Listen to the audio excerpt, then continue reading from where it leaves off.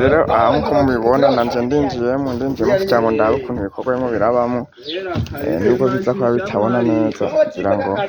murabona ahantu twinjirira ndinjiye kazi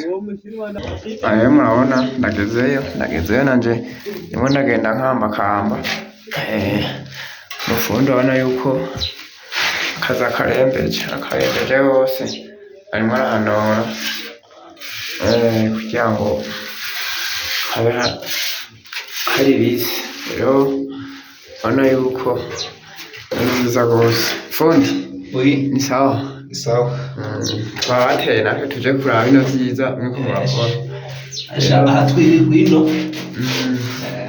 urabona ya gaze icamo ngaho igashika muri kagano gashyuka hejuru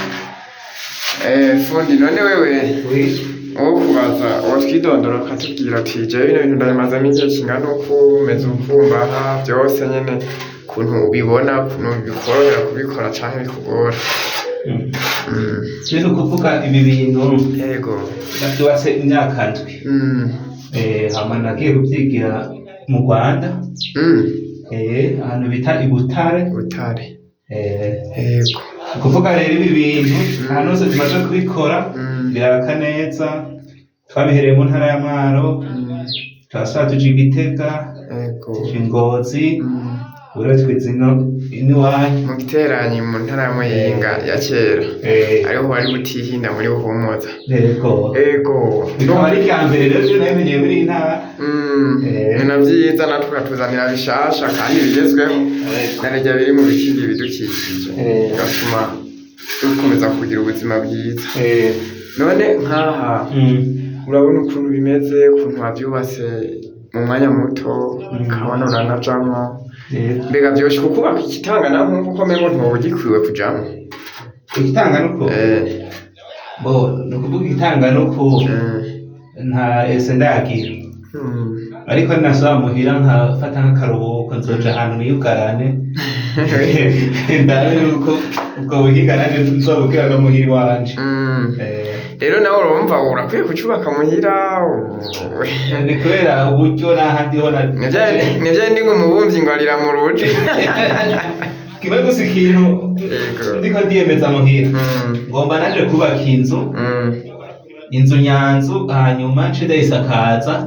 aya matafari kuko nubaka ngira ngo nta bushuzi uzosubira guhura nabwo kugira nyene ntanga akarorero k'ibintu nkora muhira iwanje nivyo numva akazi ari nk'aka etaje rero reka tubashimire aho tugiye aho tuvuga tuti none utanga umwirondoro ukora uko bimeze ukeneye ko muvugana jewe mwitondo wanje jewe nitwa Nkurunziza Donatien